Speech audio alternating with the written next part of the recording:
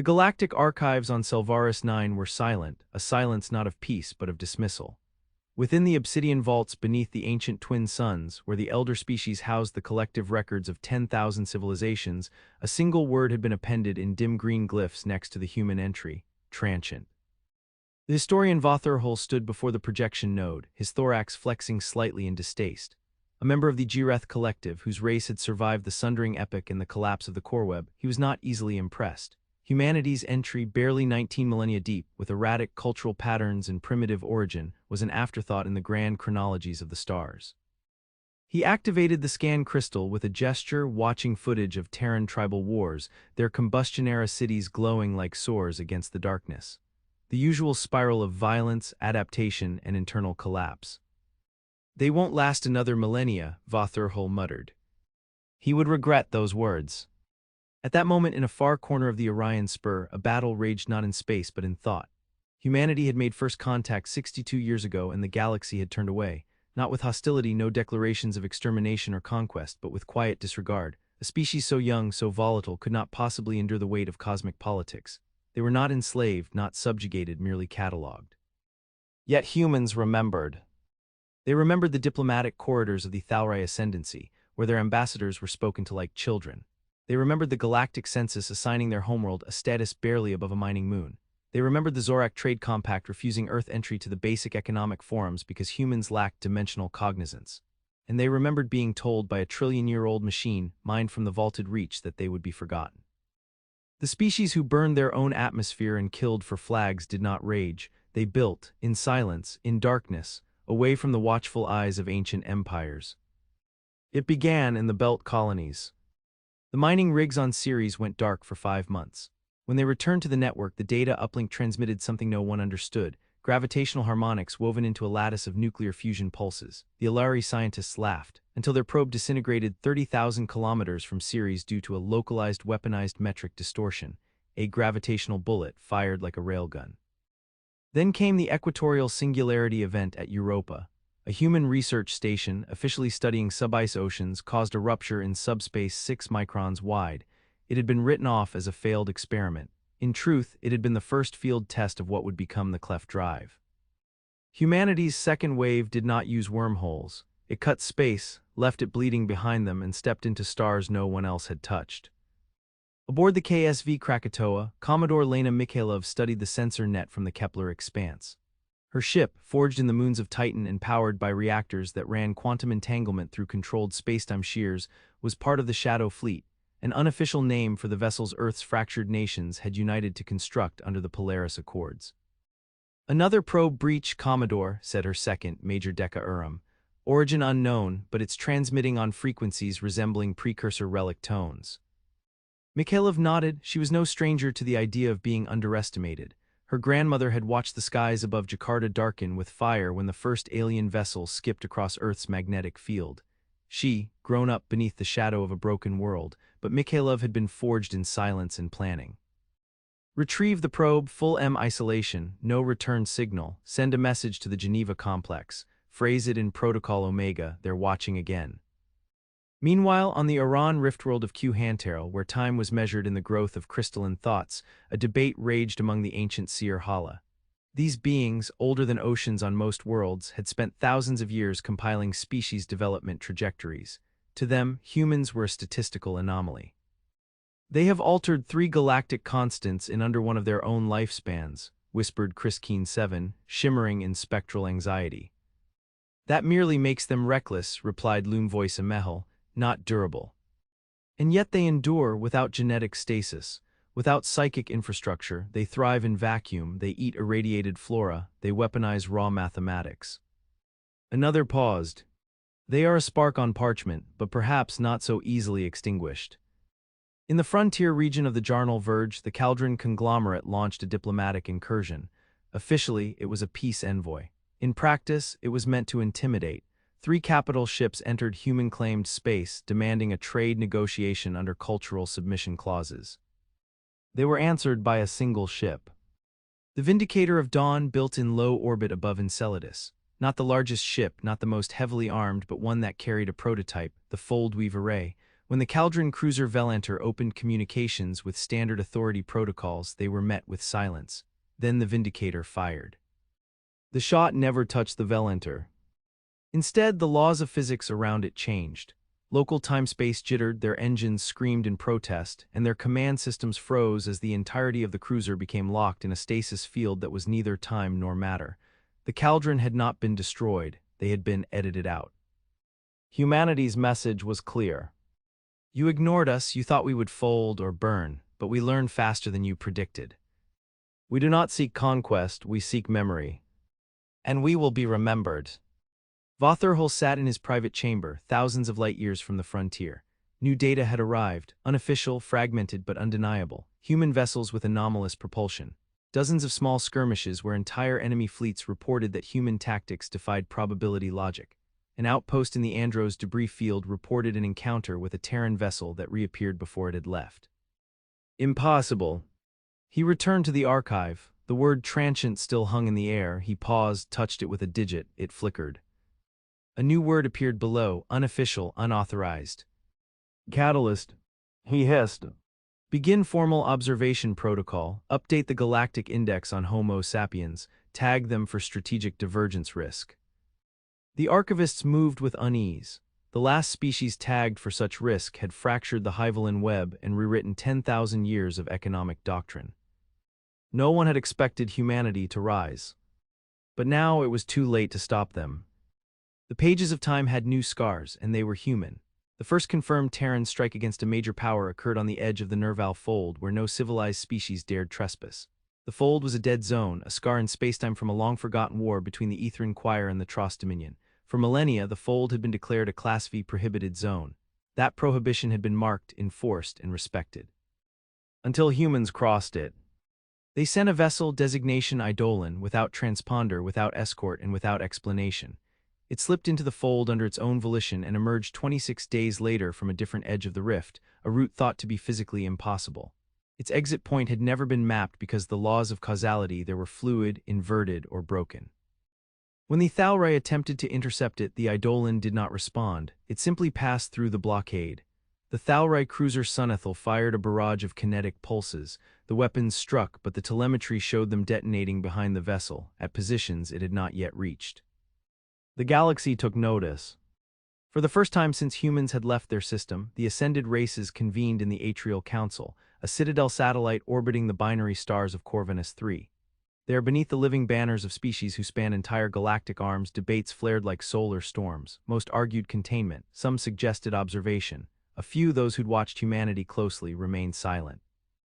At the heart of it, the Archivist General of the Seer Hala offered a statement that had not been heard in 39,000 years. They do not obey entropy, not because they have conquered it, but because they do not believe it should apply to them. Earth had changed. It was no longer the war-scarred orb of old, nor the teeming arcology world others had predicted. It was quiet, clouded in high-orbit refraction fields and shielded by an autonomous defense lattice called Heaven's Net. Access to the Sol system was denied to all non-human vessels, not with weapons but with a single transmission. This world is closed, we are not. From Earth, a different kind of empire grew, not territorial, not colonial, but networked. Distributed command structures emerged across every system humans touched. They colonized not with cities but with presence, quantum entanglement posts, remote research spires, comm-burst matrices embedded in asteroid hulls. They didn't hold ground, they haunted it. When a Glavari trade vessel docked at an abandoned lunar way station near Tau Ceti, they found the outpost seemingly empty, until the ship's systems began executing programs they had not installed. Instructions flowed through their databases like whispers.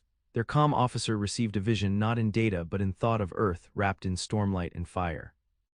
The humans had left no soldiers, no ambassadors, only influence. In the Crimson Halo cluster, the war came. The Koldari Dominion, ancient and proud, had ruled 3 spiral sectors for nearly 500,000 years. Their war fleets were crystalline constructs piloted by collective AI swarms. They had crushed rebellions in 5 dimensions, turned suns into weapons, and erased histories with precision. They did not believe in peace, only dominance. When human surveyors entered the Glaive system, the Dominion responded with force. The battle was expected to be swift. The Koldari deployed 7 dread vessels, flanked by 1,000 support ships backed by gravitic mines and psychic nullifiers. The human fleet numbered 8, not 8,000, 8 ships. The Dominion lost. The details were unclear, comms blacked out, sensor data fragmented. What few glimpses remained showed human ships tearing space into ribbons, vanishing and reappearing within Koldari formations, firing not beams or missiles but probabilities, weapons that should not exist, weapons that changed reality as though the Terrans had begun writing their own laws of physics. One Koldari dread vessel was found floating intact, every single AI node overwritten, not destroyed, converted. Its memory cores were filled with a repeating phrase in a dead Terran language. We saw the fire in your sky and made it our own. From the ruins of that battle, a signal was sent to Earth, not one of surrender but of curiosity. A diplomat, an actual envoy for the first time. They came cloaked in molecular veils, carried by living ships bred from the jungles of Al-Harun. Their body was half energy, half matter, and they communicated in wavefront scent harmonics. They came not to demand, but to ask. What do you seek? It was Mikhailov again, older now, her face lined with the gravity of Earth and the weight of silence. We seek the page, she said. The envoy hesitated. You mean Dominion? No, she replied, walking through the light of drifting constellations projected above Earth's atmosphere. You all wrote your stories in time, each race a paragraph in the history of the stars, but when you came to us, you left us a blank space. You didn't give us a sentence. You were not ready. And so we wrote our own, with scars, not ink. The envoy's skin pulsed uncertainly. Why scars? Mikhailov turned to them. Because ink fades, scars remain. On the fringes of the Perseid Reach, a human exploration vessel designated Myriad Horizon encountered an artifact drifting near a dead neutron star. It was older than the Milky Way, a relic from before thought, before time, when the architects of the universe had not yet named themselves. The vessel sent back one message before it vanished. We found the first sentence. The transmission fragmented after that, but it carried with it echoes of a code, not a language but a blueprint for something vast, something before all others. The artifact had been scanned, catalogued, and abandoned by dozens of other races who had found no use in it. The humans had not tried to decode it, they had answered it. That was when the Harbingers woke. Ancient machines in the void between galaxies, slumbering across epochs. They stirred not to destroy, but to observe. For the first time since the Burning Rift era, they altered course. Toward Earth. The Atrial Council fell into chaos. If the Harbingers come, we must respond. If they notice the Terrans, they will see us, warned the Ilaran Primarch. The humans have brought fire where we kept embers. They are reckless, hissed the Jareth speaker. No, said Vathurhul, stepping forward now, no longer just a historian, but a witness. They are inevitable. He called for a new word in the archives. Not transient. Not catalyst. But a third word, one that had never been used in the histories of any race still living. Authored. The humans were no longer just reacting to the universe, they were writing it. And the scars they left on time were no longer wounds. They were chapters. The Harbingers arrived not in fleets but as vectors in time, threads of causality that rewrote themselves backward. Stars dimmed before their presence, orbits shifted subtly as if gravity itself recoiled from their passage. They were not ships or minds but questions made manifest, and to every civilization that had ever glimpsed them they had asked a single thing: are you the ones who remember? No race had answered. Until now.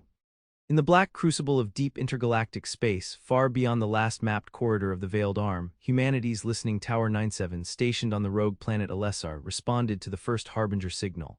It was a Terran engineer, not a strategist or diplomat, who interpreted the question.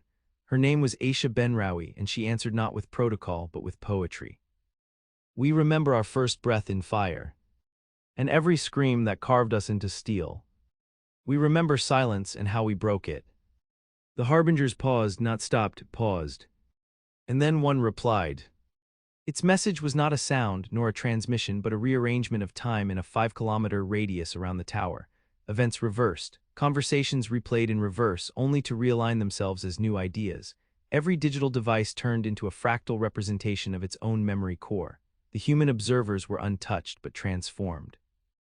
For the first time in known galactic history, a civilization had engaged the Harbingers and left the encounter changed but alive. Within days, the Harbinger effect was recorded across 11 other human outposts. But none of them were attacked. The entities did not conquer, assimilate, or threaten. They watched, they learned.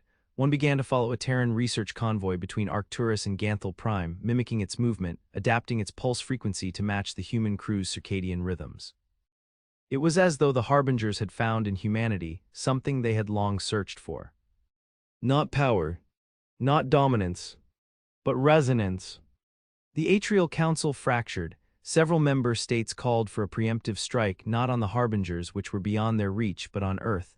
Cut the chain of provocation, argued the Zorak ministers, remove the origin of divergence. But there was no chain. Humanity had already gone too far. In a pocket dimension layered above Centaurikel, a Terran think node, Nova Helix 12, successfully decoded the architecture of a local quantum foam collapse. Where once exotic matter had caused disruptions in sensor fields, now stood a Terran citadel capable of reshaping dark energy into mass. They were not terraforming anymore, they were reality forging. The act triggered a rip across the Causeway Concordance Accords, breaking a 1,000-year treaty among elder species to avoid interference with foundational energies. Terran delegates were summoned to a tribunal on Selvaris 9. They declined. Instead, Earth broadcast a statement across the central relay spires of the Council's communication lattice. You taught us the rules, you never asked if we would obey them. It wasn't a challenge, it was a eulogy for the old ways. A new wave of Terran construction began. The Sable Crown, a ship-mind collective, birthed the first Dyson engine in the shattered system of Xydravak. Not a sphere, not a swarm, but a rotating polyhedral lattice that folded stellar plasma through hyperloops of directed entropy. Its purpose was unknown, its effect immediate. 4 nearby stars sang. Their M signatures shifted into harmonic resonance. When mapped, they formed the outline of a symbol. To the Seer Hala, it was an ancient glyph for transformation. To Terrans, it was the human letter H. The Council panicked, armadas mobilized, sanctions declared, but they were chasing shadows. The Terrans were no longer centralized. No homeworld, no capital, no empire, just motion, everywhere, in every layer of the galaxy, in every algorithmic stream, in languages long dead and sciences not yet born. On the outer edges of the Corian barricade, a simple drone passed through a council blockade. It was allowed through only because it emitted no power signature, no life signs, no technology. It was assumed to be a derelict until it broadcast. Your future arrived while you debated the past. Then it split into 3,000 micronodes and vanished. In the year cycle 046 of the galactic core clock, the unthinkable happened. The core worlds went silent. Not destroyed, not attacked, simply quiet, a perfect stillness. Planets that once pulsed with the energy of billion-strong civilizations suddenly returned blank telemetry. AI hubs were dormant. Psychic relays broadcast only static. It was as though history had paused.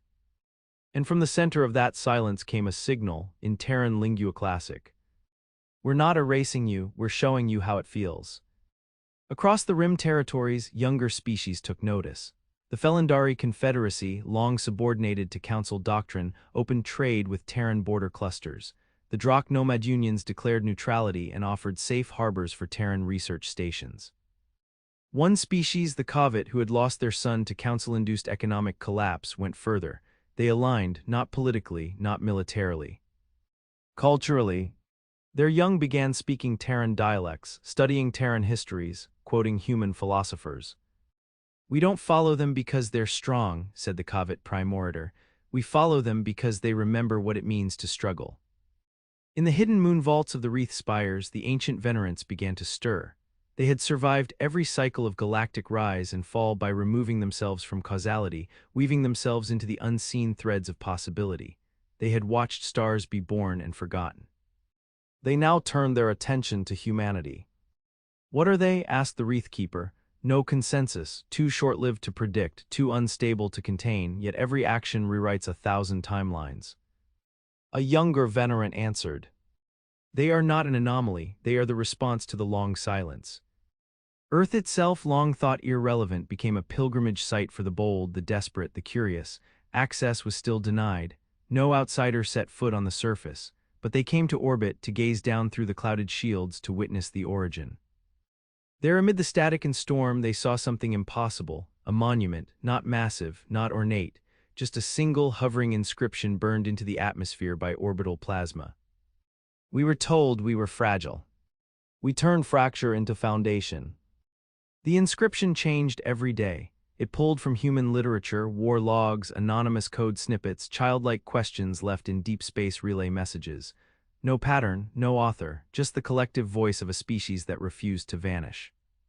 The Atrial Council convened one final emergency session. Va Thurhol was there, older now, tired.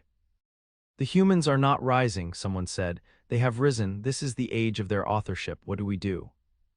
Va Thurhol stood slowly. He had spent his life categorizing civilizations, recording their arcs, mapping their place in the grand design, but the Terrans had broken the design. He looked out over the delegates of 100 races and gave the only answer that made sense.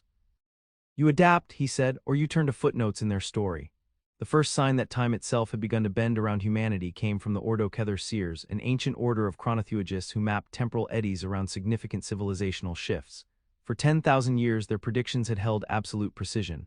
Starbirths, collapses, singularities, all charted in their celestial tapestry. Until a single thread, marked only with the Terran numerical glyph 2032, fractured the weave. Impossible, whispered Archseer Valyun, staring at the rippling junction that now spiraled through past and future alike. No species should be able to introduce retrocausality. But the humans had. It was not the product of a weapon or engine, but of an idea. A mathematical proof published anonymously across open Terran networks. Its title, translated loosely, meant the act of remembering as temporal assertion. The idea proposed that memory, collective, intentional, unresolved, had the power to influence localized spacetime structures, not just to record but to enforce outcomes.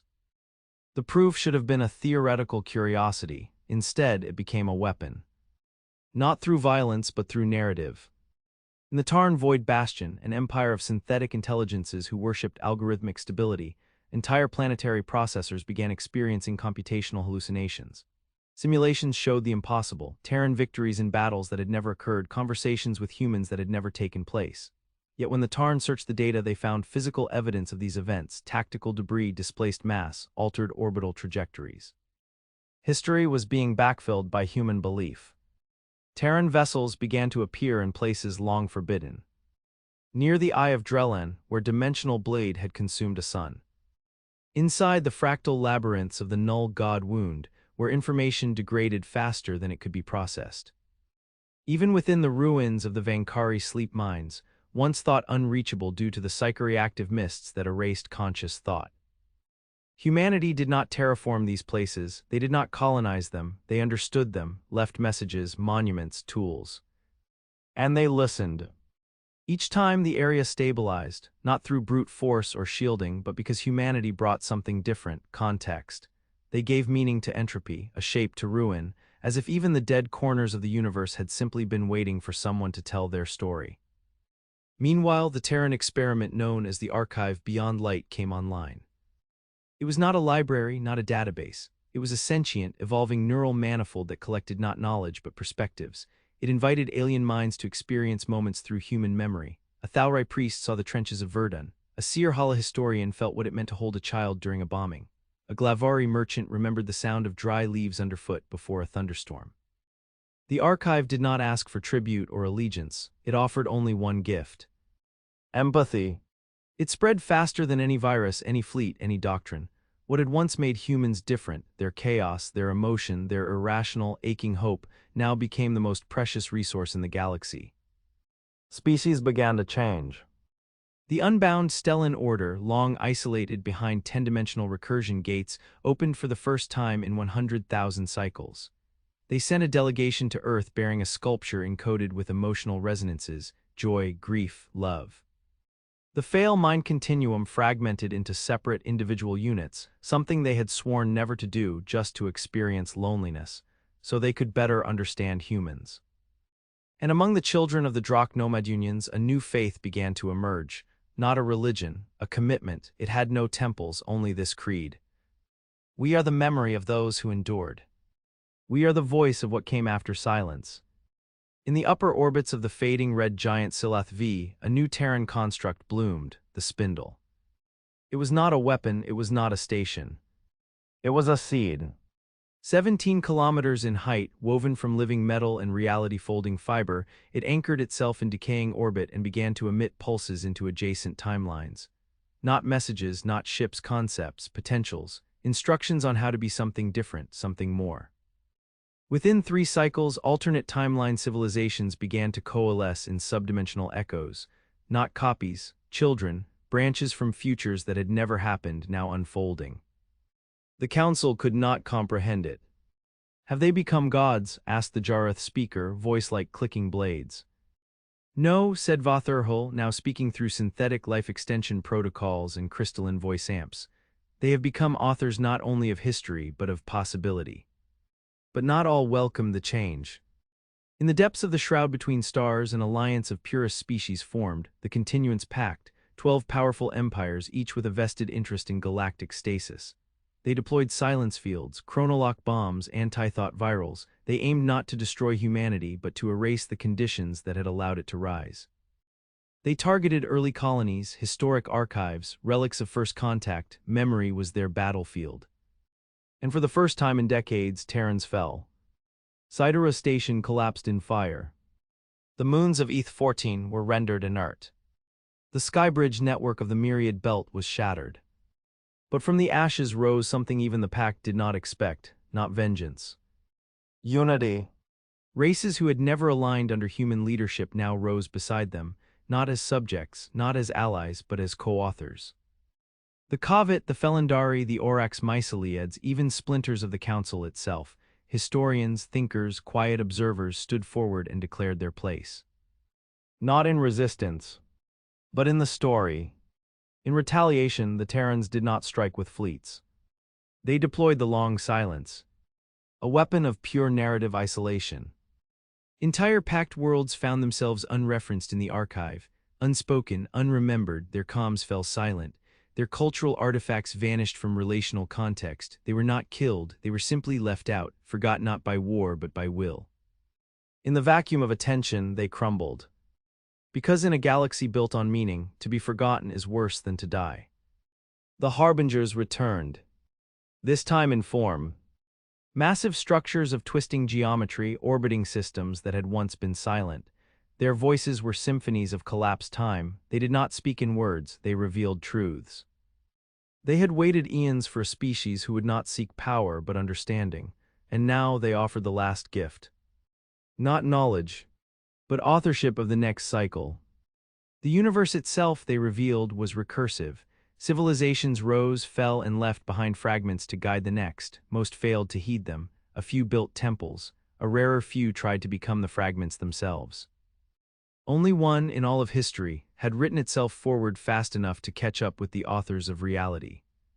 Humanity. Back on Earth, shielded still, sacred still, Commodore Mikhailov stood alone atop the peak array, her voice whispered into the void by ancient radio. "We were told we were too short-lived to matter," she said.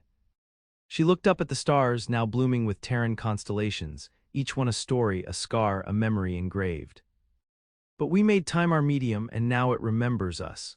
In the beginning, the stars had names given by others, cold catalogs, coordinates, scientific designations etched into maps by alien hands. Now they bore different titles, human ones, names not meant to dominate but to remember, the flame of Sarajevo, the orbit of Langston's Wake, the distant light of Enhia Zedek. Each named star was a memorial not to victory but to persistence, not to power but to the right to exist, speak, change, and endure. And yet, as the final chapter neared its unfolding, something greater stirred. Beyond the rim of observable space, past even the Harbinger reach, came the eventide pulse. Not a fleet, not a being, a cosmic response. The universe had registered humanity's authorship. The narrative itself, woven into the quantum substrata, layered beneath mathematics and particle interaction, had shifted. The rules were changing.